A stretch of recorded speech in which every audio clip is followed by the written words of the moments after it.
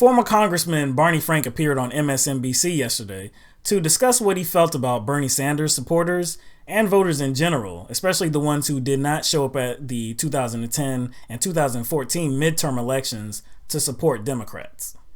Why is it that you think so many people are enthusiastically supporting people like Bernie Sanders, people like Donald Trump, and I'm talking about some people that in the past maybe haven't been motivated to go out and vote? I think it is a lack of information, to be honest. The fact is that if you are seriously committed to a set of public policy goals, then you are voting all the time.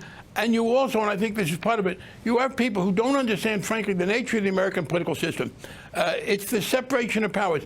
It takes, because of the Constitution, not because of anybody individual, well, maybe because of James Madison, but nobody more recently, it takes you 2 elections to get a governing majority in America. I think what you have is people who, frankly, don't understand that. And it is a case of people blaming a, quote, system, when the system is simply the accumulation of their own behavior. What it is the fact that people have a tendency to blame others for things that are their own fault. That's what you have. And I think it's a lack of information. There are people who are saying they're very enthused about Sanders. Again, far less on the Democratic side than have voted for Hillary Clinton. She's way ahead of him in votes cast. But you have people who, because I think of a lack of information and a misunderstanding of the process, not having voted, people are reluctant to blame themselves. People like to find somebody else to blame. So they're now saying, oh, see, Sanders pointed out, it's that system's fault. And I think that's unfortunate. Look, he just, for some reason, took an extra big step after his point. Right. If you want to say it's up to the voters to go out and vote, it's up to the people to go out and vote. Right. So that the policies that they value can, I guess, be pushed through by Democratic members of our government. On the face. So, yeah, that's correct. That's correct. Because it's our job as voters to vote. Yes. I can't argue with him on that. Right. But blame them for these policies doesn't make sense. Yes, voting is important. People should go out and do it. But not voting doesn't create private prisons. It's not voting didn't create the TPP. Not voting didn't create, corporate subsidies. Yep. Not voting didn't create big pharma. Not voting didn't create big banks in and of itself. I think it's pretty interesting that he pretty much says that the people supporting Sanders are suffering from a lack of information. They don't really know how the political process plays out. Now, like you were saying, okay? So he's blaming the people that didn't show up. But is that the reason that the TPP was formed? What about Obama bombing, other countries? Syria. Yeah, Syria. The increase of drone strikes from the Bush administration. Well, we can go back 15 years and just talk about the war in Iraq. Yeah. Did not voting just create that? Or did individuals in power go forth with that? It wasn't us. It wasn't us. Yeah. And then specifically under this president, who was it that extended the Bush tax cuts? Who was it that did that? I think that was Barack. Yeah, that was Obama that did that, right? It wasn't us. Was Barack. It wasn't anybody that did vote or didn't vote. Didn't vote for. Well, a lot of people did vote for Barack Obama, right? Right. But he pushed that through, and we didn't want it.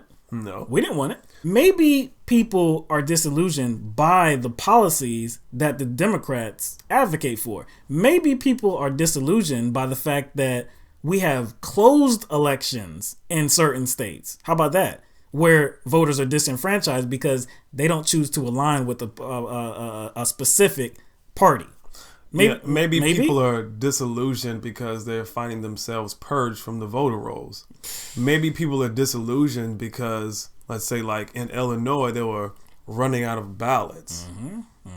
Or what about Arizona? Maybe people are disillusioned because it's taking them 5 hours to vote, or the amount of polling places compared to the amount of registered voters is way off. Right. Just maybe. I'm just guessing. As a Sanders supporter, I can state for myself that I don't support Sanders because I have a lack of information. It's quite the contrary. I think it's the opposite. I possess a lot of information. That is why I support Sanders, because he's talking about, well, it takes really 2 elections to, get a majority in Congress, well, we know that. We know that. Nobody that supports Senator Sanders thinks that once he gets into office, everything's going to change. No, that's a fairy tale. That's dreamland. Nobody thinks that. He even says that himself, that a president cannot do it alone. So we need millions of people standing up and forcing the issue. If you don't do what we say, Congress, you will be voted out. That's exactly what the strategy is, right? Because we can't do it any other way. It has to go through Congress, right? And then he say something like they don't know how difficult it is.